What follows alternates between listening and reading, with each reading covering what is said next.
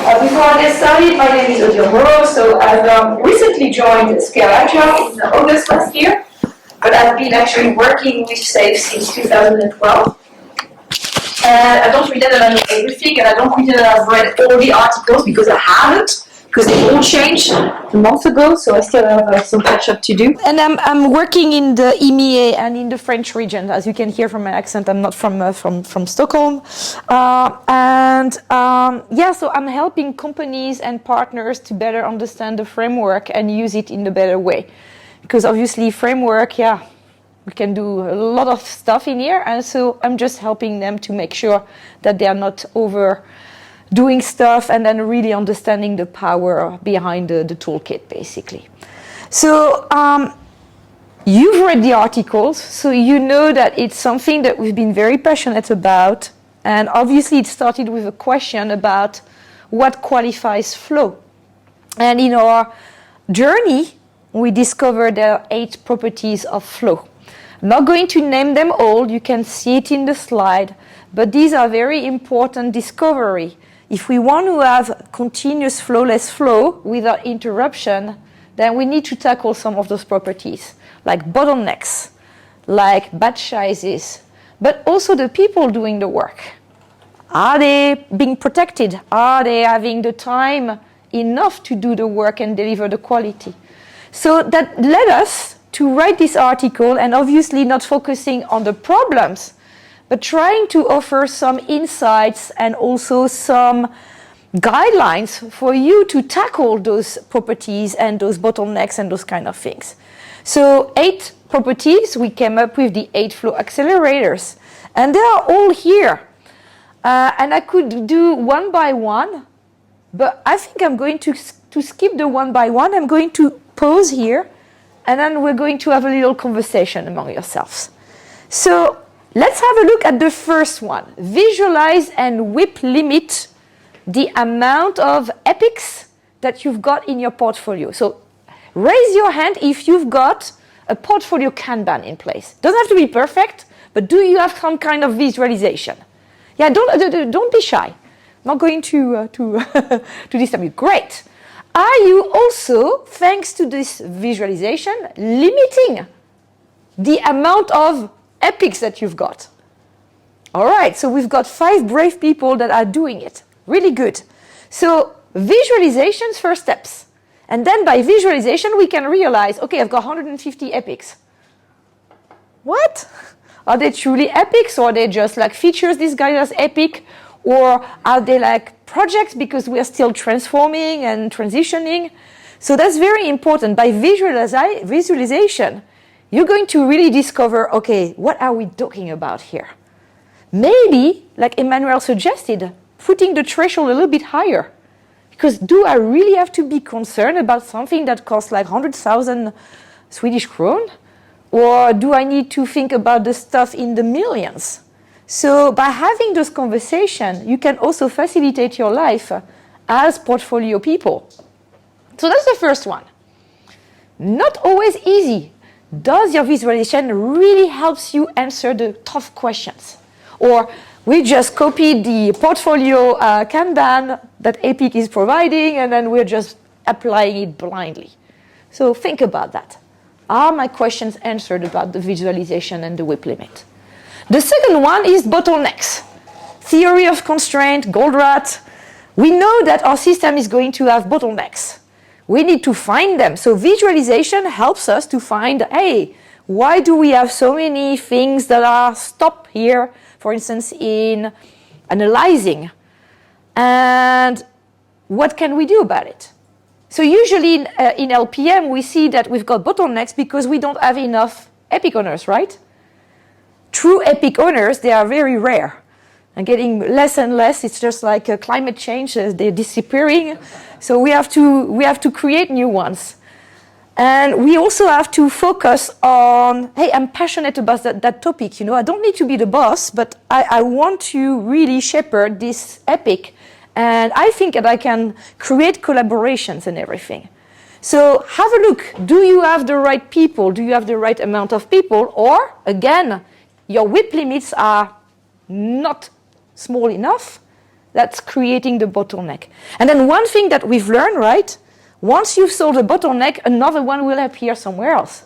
Because that's how they work with the bottlenecks. Huh? It's conspiracy theory. Yeah? They appear, disappear, they come back and keep us busy until our retirement. So that's very important to understand that. But usually it's all about I'm putting too much pressure on people, or people don't want to become epic owners because they don't understand the power behind the job, the responsibility, and how fun it can be if you are coached right. So that's the number 2, address bottlenecks. So far so good? So how many of you do not have any bottlenecks at the moment? Okay, good. I was scared that somebody is going to open that. Third one of my favorite. You've seen those ones about dependencies and those kind of things from the PI planning. You know the artboard, like looking. Well, you've got that as well at portfolio level, but it's not as clearly visualized as this, because usually you've got a portfolio, you've got epics, and then your trains in your development value streams are going to do some stuff. So having a coordination as well to see, like for instance, if you've got 2 or 3 trains working on the same epic, and they need to come together at some point. Or there are dependencies externally as well.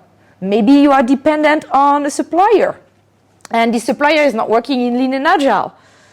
So it's also very important for you to focus on what can I do to minimize those dependencies and those handoffs. So the handoffs, again, we can maybe control that. Maybe by getting more people interested in LPM, finding also and visualizing the flow of work and again, who is working. Maybe, like I like what Emmanuel said about opening up the LPM VIP club. It's not a VIP club because everybody works for the greater good of an organization, but having those things there. And sometimes, 99.9% of the time, we've got trains or value streams that are not truly value-driven. We started with a train and it worked well, and then we got caught up and did another one, but actually we're not truly organized around value. So then we've got dependencies and handovers, and then we are waiting for something. So when you start with your portfolio, start where you are, but admit or recognize that sometimes the train that you launched maybe a year or 2 years ago, they're going to not really well organized to really deliver the value and the connection with your strategy. So this is going to be also something for you, an opportunity. Don't see it as a total failure. I should have done that. It's in the past. You can't change the past, but you can influence the future. So very important for you, revisit the value streams. It's your opportunity. You started, it worked well. Well, let's open the big can of worms and now let's have a discussion about organizing around value. It's going to be fun. It's going to keep you busy for a while. Woo! Yeah, but what do we do with the trains that are already launched? Woo! Yeah, my train has 42 people. Where are you? 42 people. It's not possible. So have those conversations. Step by step, try to visualize again those dependencies and try to come up with solution. And then the third thing, probably you're focusing too much on people but not enough on your architecture. Maybe there's also something architecturally wrong. You're doing too much epics for the business side but not enough for the architectural side or the enablement side. So maybe you've got a monolith of stuff. You've got like a big ERP system. It's huge, it's complex, and everything you want to change has got like 50 teams been imploding. So it's also very good. That's the reason why we want architects, enterprise architects there. We want people from the technique as well in the LPM to tell you about those things. Some of the epics might not be business driven, but they might be architectural or structural driven. And sometimes you need to have the investment. And the investment is actually more important than adding new stuff. Because you can't go quicker with a very old, outdated system. Trust me. I saw it. I mean, I was a couple of years ago before the pandemic at Santander in Brazil. Really cool. And they were telling me, like, yeah, we are embracing really the lean and agile. We've got 150 teams. Some of them are organized in trains, but actually it's not really working. And I was just like, yeah, what are you working on? Yeah, the banking system, core banking systems. Okay, when was it developed? Yeah, in the 80s. I'm not an architect. Huh? I was married to one for 18 years, but I'm not an architect. And I was saying, and yeah, how is it going? Yeah, we have to add more teams because it's not working. I said, there's nothing wrong with the teams. Have you thought about your system? Maybe your system is not loosely coupled. Maybe if you go somewhere, it will have a big impact. So have a look at your system. Invest on good architectural people. Have more ways to maybe strangle some of the old things and build it somewhere different. I'm just using keywords here. I've got no idea what I'm talking about. Oh, sorry, it's been recorded. Sorry. Oops. My mistake. No, I'm not an architect. But there are ways for you to also invest large quantity of money into making also your system resilient and loosely coupled to allow you to be very flexible and not continuously add teams, because adding teams is not going to cut it. So that's very important. How long do we have? Oh, keep going. Yeah, okay, because I'm not even halfway there, but okay, cool. My favorite, get faster feedback. What's the best way to get feedback as quickly as possible in an LPM? 3-letter acronym. And it starts with an M. And it ends with a P. MVP. An MVP, yeah, thank you very much. Yes, the MVP is your best way to get quick answer into the question, was my hypothesis statement correct or not? Without having spent too much time and too much money. Do we get the insight? And then I love this movie, this little film from France, like pivot. Then you can have those discussions. So get some feedback, get the people on board, get also SMEs on board that can tell you things about that. Again, go explore more than in your VIP club. And also the best people that can give you also feedback on your plans in the participatory budgeting, the people that are supposed to execute your plan, they're going to tell you if it was the right plan or not, if they are willing to invest. So those mechanisms can help you as well speed the process up and reduce to the minimal viable product so that you know if you're on the right track or not. Number 5. Work in smaller batch sizes. Yeah, my epic is huge. Mine is even more bigger. No, again, we want you to have almost similar size of your epics so that you can compare them, you can prioritize them. And having, again, this discussion about the MVP, reducing it to the minimum of something that can prove or disprove your hypothesis is also going to help you out. So having big epics will probably clog the system somewhere. So you will probably have bottlenecks, or it will create more dependencies. So again, it's not a race to be the most difficult. Try to have also a size that is manageable for your epics. Size does matter, but we want to downsize it and not make it even more bigger. And for instance, if you've got many hypothesis statements into your epics, maybe make one for one hypothesis statement and another epic for another hypothesis statement. Because writing n, that's going to take you a long time to prove or to disprove as well. So learn how to make it smaller, make it more manageable, but still that it concerns the portfolio. So a big impact or a lot of investment in your guardrails, in your thresholds. Number 6, reduce queue length. Nobody wants to wait at the Starbucks. I don't know if you've got Starbucks in Stockholm. Nobody wants to wait a long time for things to arrive. Because queues are evil. Queues are bad. It will create a lot of variability. It will create a lot of demotivation. So again here, try to work just in time. You know that an epic is not going to be like fathered or mothered within a couple of weeks. It takes a long time. So you can see things coming. Work also with your investment horizons.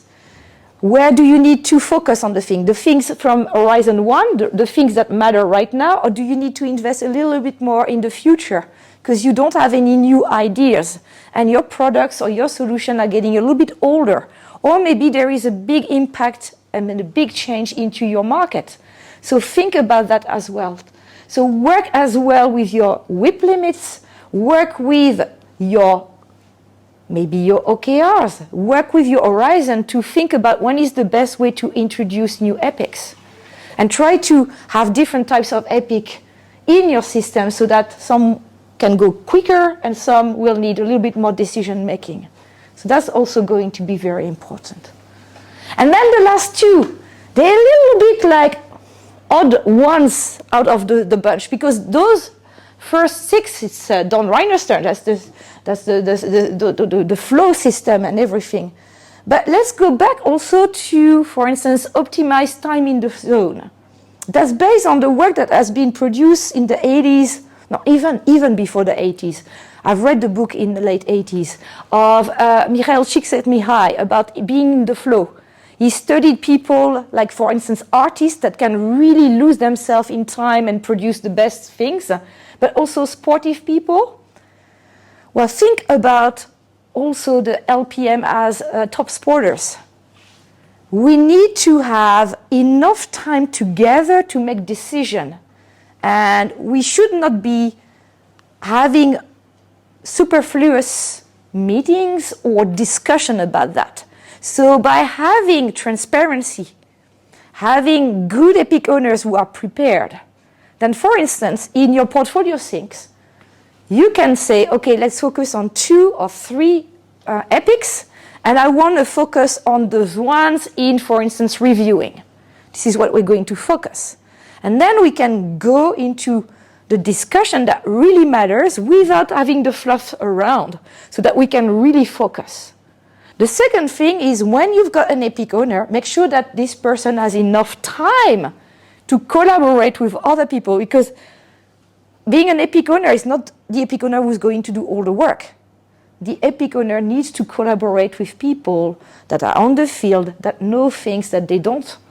And by having this time all together, being focused and going for a purpose, is also going to give you time to achieve a better flow as well.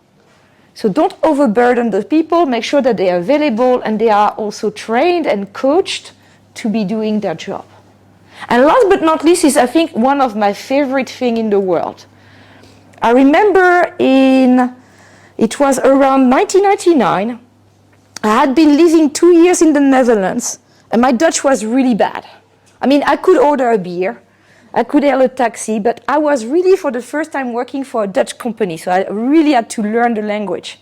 And one of my first work, I was kind of like a PO, product owner, for a functionality, and I had to write a document. And it was like a 60-page document. Why 60 pages? I don't know.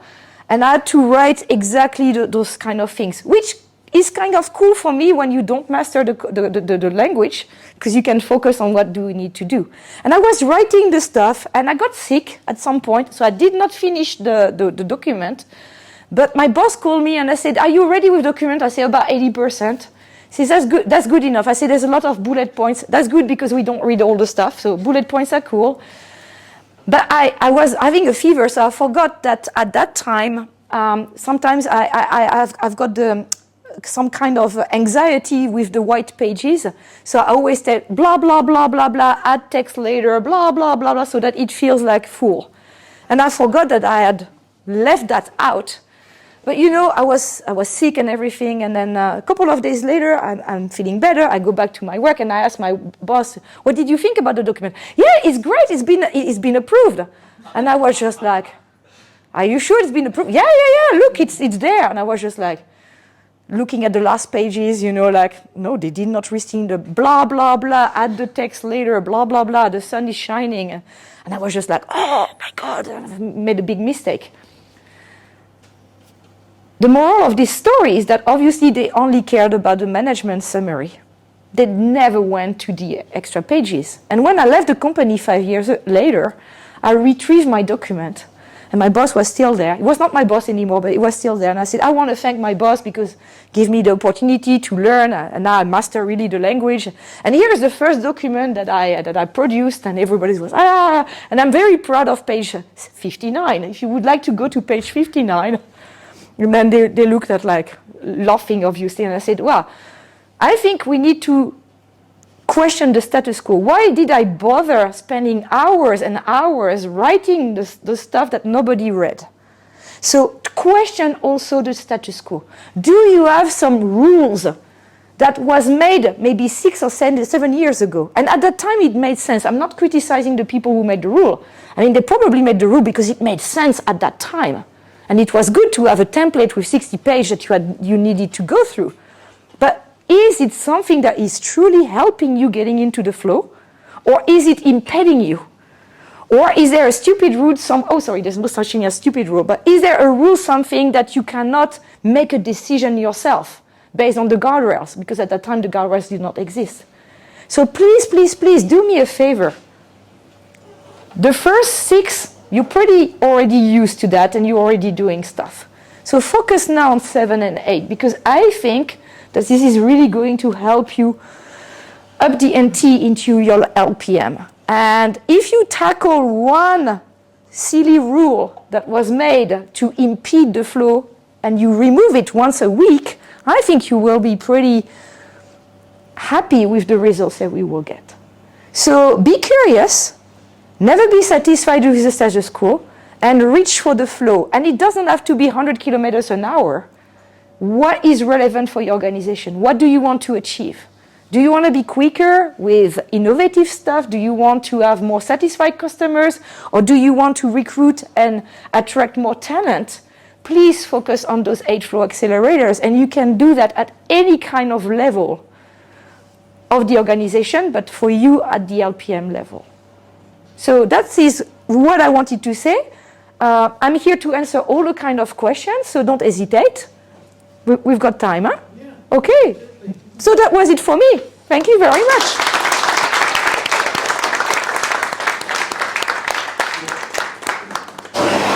I think about all these regulatories and rules that we have to attend to. Yeah. I think they are a lot of our bottlenecks because it takes time during the flow, of course, and sometimes it's not enough to do overseen for a regulatory as GDPR. On one epic, you have to see the bigger picture to be able to establish if the GDPR is compliant or not. Yeah. So I think that is something that the community should work on to ease up, such as. Do you have any thoughts about that, or any good ideas? I totally agree with you. And also when you write an epic statement, at the bottom you've got non-functional requirements, right? So if you've got, for instance, GDPR, those kind of things, or compliance, security, I think that is very important in your LPM team to have also people that should be working and helping you as well, or the epic owners, to make sure that they understand, okay, hey, this is something that we do day in, day out. We're very much attuned to that. Or, hey, this is something new. Here, it's probably going to cost us a little bit more time, and we need to collaborate deeply with you. Here, no, that's something that we do almost 50 years, and the teams knows about that. So trust the teams that they will be building those stuff. And because it's an NFR, it's going to be applied to a lot of stuff into our Kanban boards and our backlogs and those kind of things. So I think this is very important to have those people on board. Usually they are shared services because you can't get them especially for your portfolio, but get them into the VIP club. I mean, that's an open VIP club. Everybody is welcome. And I think that would help. And also when you do the lean business case and those kind of things, those people can help you out because there's a lot of stuff that they know pretty much what the consequences will be, what they need to do, what the dependencies might be. And by having also this highly transparent thing, they can also anticipate and be more attuned with maybe the trends that will be impacted. So they can also forecast for, hey, if you want to be doing the MVP on that time zone or at that time in the PI or in the next PI, I can already anticipate, and I can also have maybe capacity for you already available so that you can get started. And also trying not to have everyone from compliance keeping all the secrets, but publishing a lot of those stuff. Because, power is not in retention of the information, it's about sharing the information to make life easier. So I would say that this is very relevant and it should be also treated that way. Don't know if you've got concrete example as well, but... I do have a lot of concrete examples. I think the time here is not really enough to get into the concrete. I'm just going to say this. Stop treating compliance issues as black swans in your organization. Systemize the way you deal with it in an inclusive manner. It's not like, oh my god, now we have a compliance issue. No. What we do is we say, how do we deal with it in the most flow-oriented way, right? And then we can look into examples separately. But if it's the other way around, you more or less only have compliance issues in the portfolio. Like most portfolios. Yes, competing about like what's the most prioritized one, and mine is most prior. No, mine is, and then the fight starts, and nobody dares to say enough. Compliance provides. Everybody's taking it in instead, and then it's cloaking the system. But let's restate the problem. Does compliance provide value? Getting a fine maybe is a non-value for the idea behind the laws and regulations, and they are there.